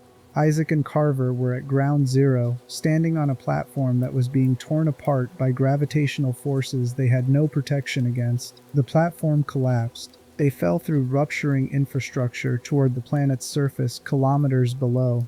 Isaac lost consciousness during the fall, certain he was about to die. He woke up later on Tau Volantis' surface. Carver was alive next to him.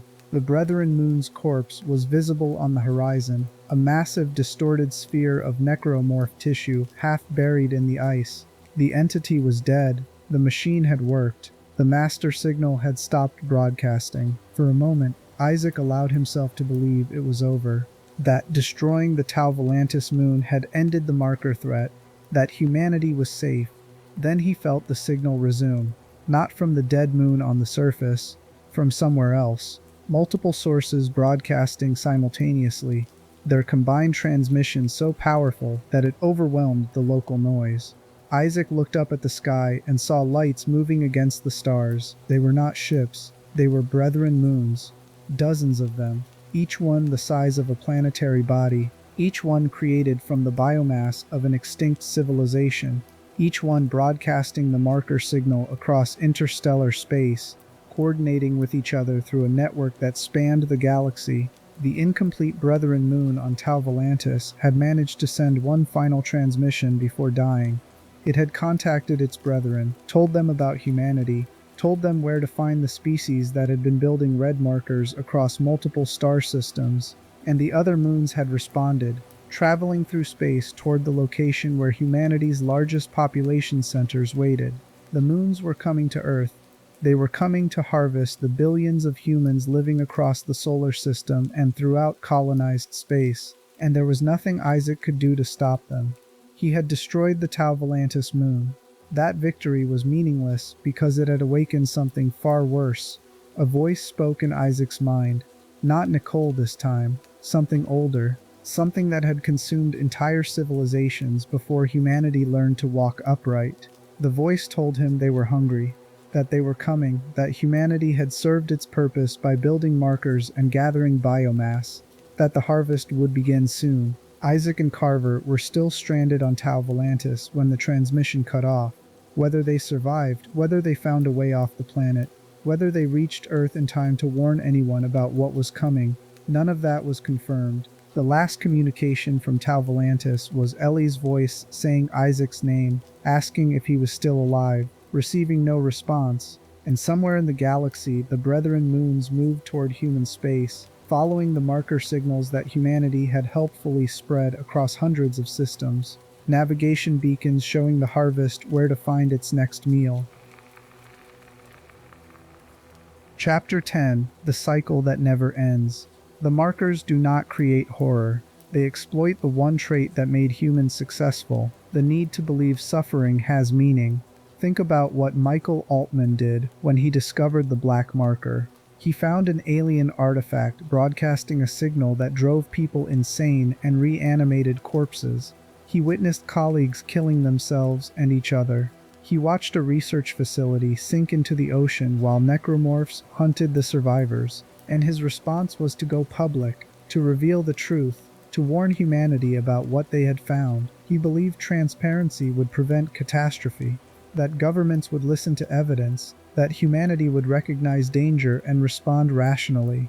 He was wrong, but his wrongness came from a fundamentally human assumption, that suffering this significant must serve some purpose, that horrible discoveries must lead to important consequences, that bearing witness to atrocity creates moral obligation to prevent recurrence. Markov and Mena understood this impulse and weaponized it.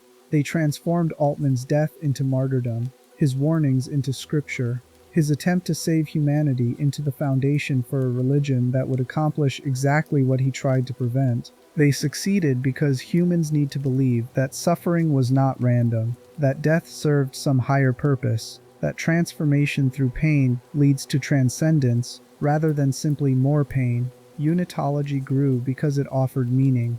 People joined not because the theology made sense, but because the church provided certainty in uncertain times, community for isolated individuals, purpose for lives that felt directionless. The fact that this meaning was false, that convergence was extinction rather than salvation, that the markers were weapons rather than gifts, none of this mattered to people who needed to believe their struggles were building towards something greater than individual survival. This same pattern appears at every level of the Dead Space timeline. The aliens on Tau Volantis built red markers because the black marker made them believe they were achieving enlightenment. The sovereign colonies continued marker research despite catastrophic outbreaks because abandoning the project meant admitting that decades of effort and thousands of deaths had accomplished nothing. EarthGov kept building replicas because stopping meant conceding that unlimited energy was unattainable, and humanity's resource crisis had no technological solution. Every group that encountered the markers chose to believe suffering had purpose, that the deaths were necessary sacrifices, that the next attempt would succeed where previous ones failed, that the horror they experienced was part of a larger pattern leading towards something valuable. And this belief kept them building more markers, exposing more populations to the signal, creating more outbreaks, generating more biomass for the Brethren moons to harvest. The markers did not force this. They simply provided a mechanism that rewarded certain behaviors and punished others. Species that built replicas received hallucinations showing them blueprints and patterns, positive reinforcement that made replication feel like discovery. Species that resisted experienced madness and violence, negative reinforcement that eliminated resistance through death or conversion.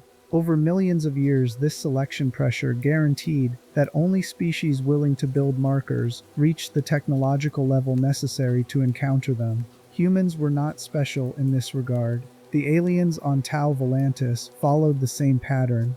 So did every other civilization the Brethren moons had consumed before humanity evolved. The cycle repeated because the markers exploited universal traits that emerged in any species intelligent enough to develop abstract reasoning and social coordination. Those traits include pattern recognition, the ability to see connections between events and construct explanatory narratives. Humans evolved pattern recognition because identifying cause and effect relationships improved survival odds. If eating certain berries made people sick, recognizing the pattern prevented future poisoning. If specific weather patterns preceded storms, anticipating the connection allowed preparation. Pattern recognition was adaptive, but this same ability makes humans vulnerable to seeing patterns that do not exist. Conspiracy theories spread because humans are better at finding patterns than determining which patterns are real. Religions emerge because humans need explanatory frameworks for phenomena they cannot control. Superstitions persist because correlation feels like causation even when no causal mechanism exists.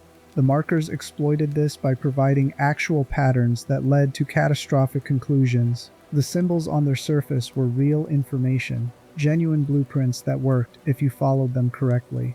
The hallucinations showed accurate engineering diagrams, mathematical formulas that produced functional results. Everything the markers transmitted was technically true. The deception was in what that truth accomplished. Building a red marker did generate unlimited energy. The artifact functioned exactly as the blueprints promised. The problem was that unlimited energy was bait, the reward that kept species engaged long enough for the marker to accomplish its actual purpose. By the time anyone recognized the pattern, they had already built enough replicas to trigger convergence. Another universal trait the markers exploited was social cooperation. Humans survived through coordination. Language, technology, civilization, all of these emerged from the ability to work together towards shared goals. Cooperation is so fundamental to human success that resisting it feels unnatural. When someone suggests a collective project, the instinct is to contribute rather than question whether the project serves anyone's actual interests. Unitology weaponized this instinct. The Church presented marker replication as humanity's collective purpose, a shared goal that required coordinated effort across entire civilizations. Refusing to participate was framed as selfishness, betraying the species for personal comfort. People joined not because they understood what convergence actually meant, but because cooperation felt virtuous, and resistance felt like abandoning their community.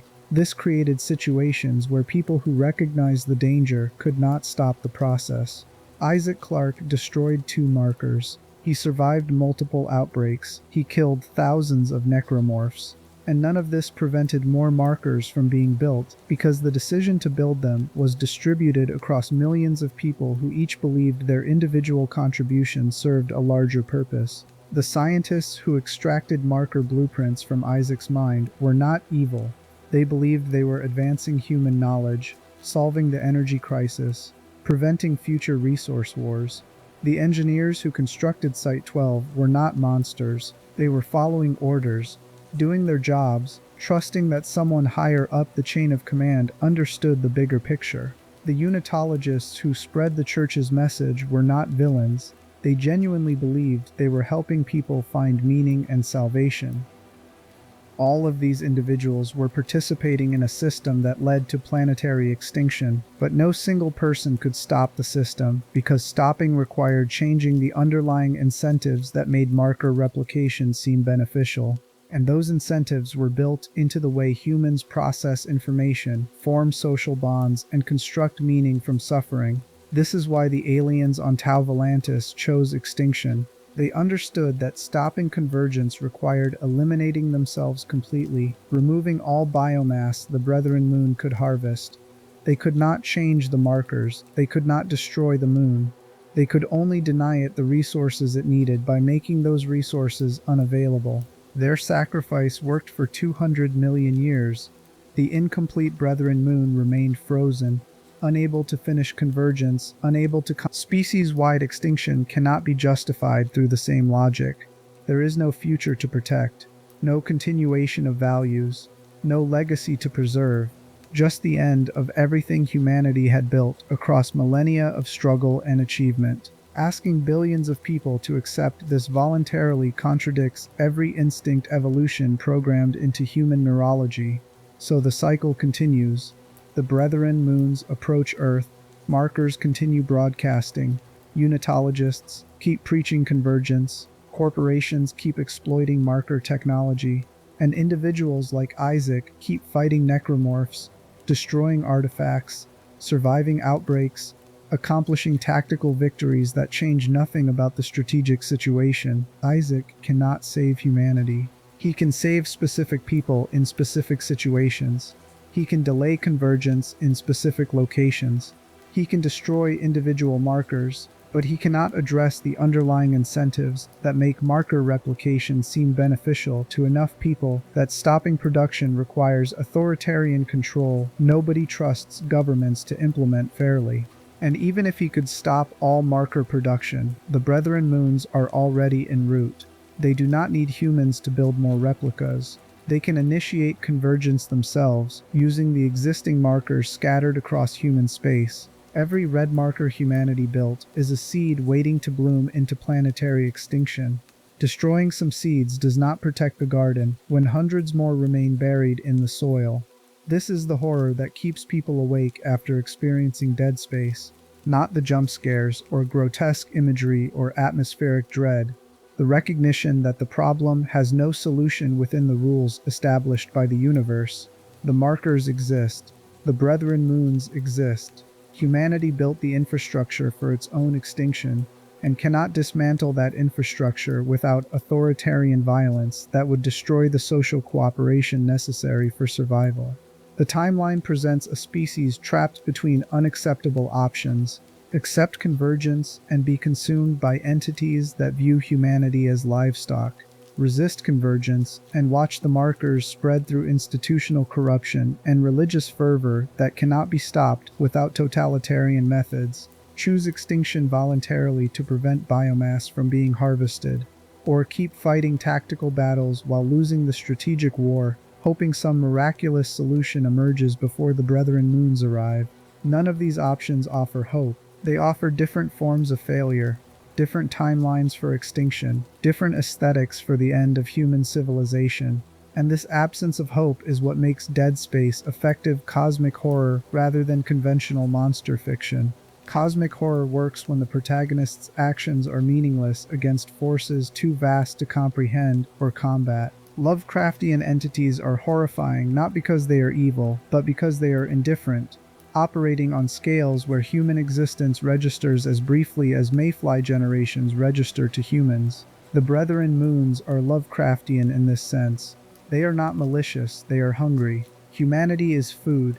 The relationship is predator to prey, and prey does not negotiate with predators about whether being eaten is fair. But Dead Space adds a layer Lovecraft did not emphasize.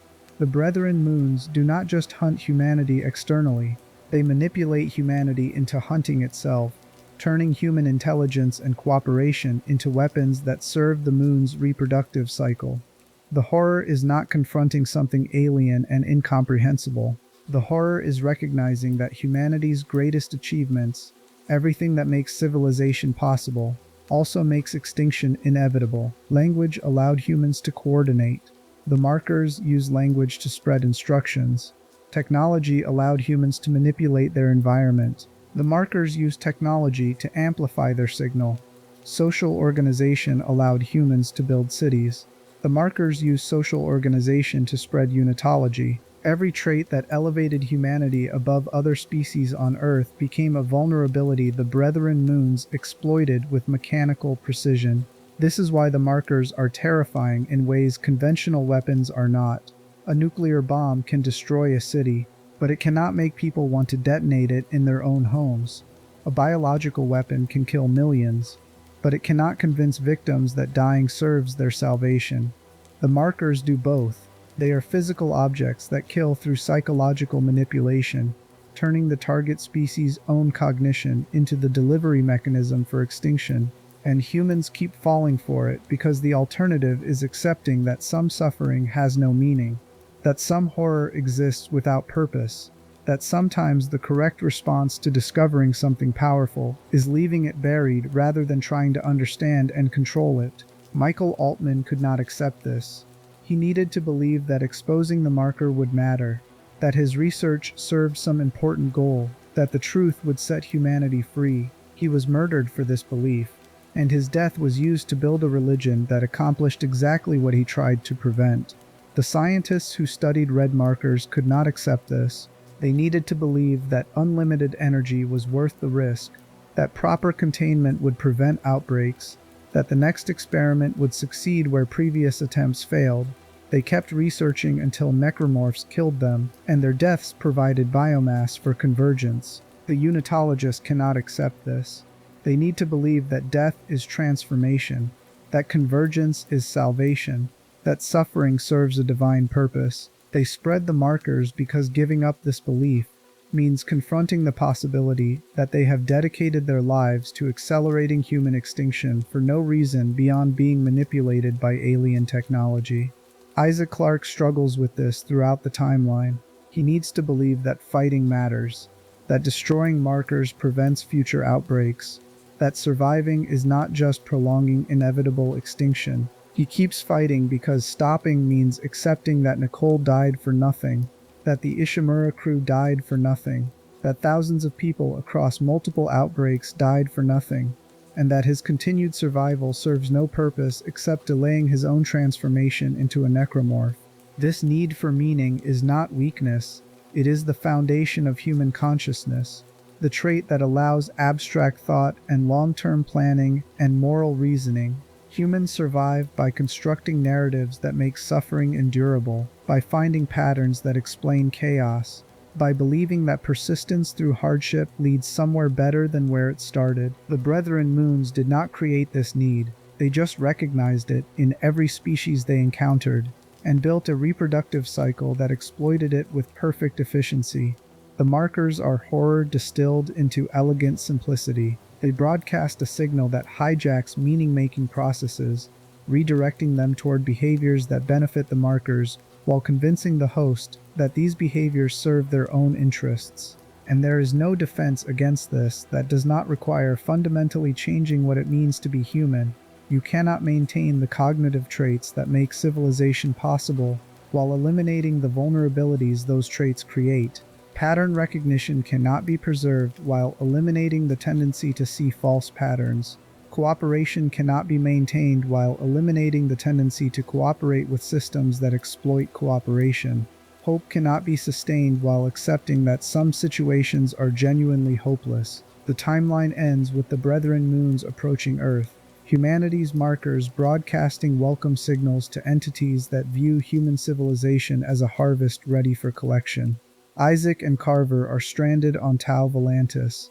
Ellie escaped but cannot warn Earth in time to matter. And billions of people across human space continue their lives unaware that their extinction has already been scheduled by intelligences that measure reproductive cycles in geological time. Nothing Isaac accomplished prevented this. Nothing anyone could have done would have prevented this. The moment the black marker was found on Earth 200 million years ago, the outcome became inevitable. Humanity's evolution was guided toward creating exactly the civilization the Brethren moons needed. Every technological advancement brought humanity closer to the developmental stage where marker replication became possible. Every social achievement created structures the markers could exploit. The cycle repeats because that is what successful predation strategies do. The Brethren moons have consumed countless civilizations before humanity. They will consume countless civilizations after humanity. Each extinction provides biomass to birth new moons, which broadcast new markers, which seed new planets, which cultivate new species, which build new replicas, which trigger new convergences, which birth new moons, continuing the pattern until entropy kills the last stars and renders the universe uninhabitable, even for entities that measure their existence in cosmic scales. Humanity is not special in this pattern. Humanity is just the current harvest in a life cycle that spans galaxies and millions of years. The Dead Space timeline documents one species' unsuccessful attempt to resist being consumed by a system perfected through the extinction of every intelligent species that preceded them. And the most disturbing part is recognizing that this same dynamic operates in smaller forms throughout human history. Corporations exploit workers by convincing them that suffering builds character. Governments justify atrocities by claiming they serve national security. Religions promise transcendence through submission to authority. Every system that concentrates power uses similar techniques. Identify what people need, promise to provide it, redirect their efforts toward goals that benefit the system while claiming those goals serve the participants' interests. The markers are just this pattern operating at civilizational scale with existential stakes. They promise unlimited energy to species facing resource crises. They promise transcendence to individuals seeking meaning. They promise unity to civilizations fragmenting under their own complexity. And the cost of accepting these promises is extinction disguised as evolution, harvest packaged as salvation, predation framed as divine will. Michael Altman saw this and tried to warn humanity. He failed because warnings are not enough when people need to believe the horror serves some purpose. The aliens on Tau Volantis understood this and chose extinction. They succeeded in stopping their own convergence but could not prevent humanity from repeating their mistakes. Isaac Clarke keeps fighting because fighting is all he knows how to do. He cannot save humanity. He can only save specific people in specific moments, buying time that leads nowhere except toward the same inevitable conclusion. And this is the only heroism available in a universe where the cosmic horror has already won, and just needs to wait for humanity to finish preparing itself for consumption.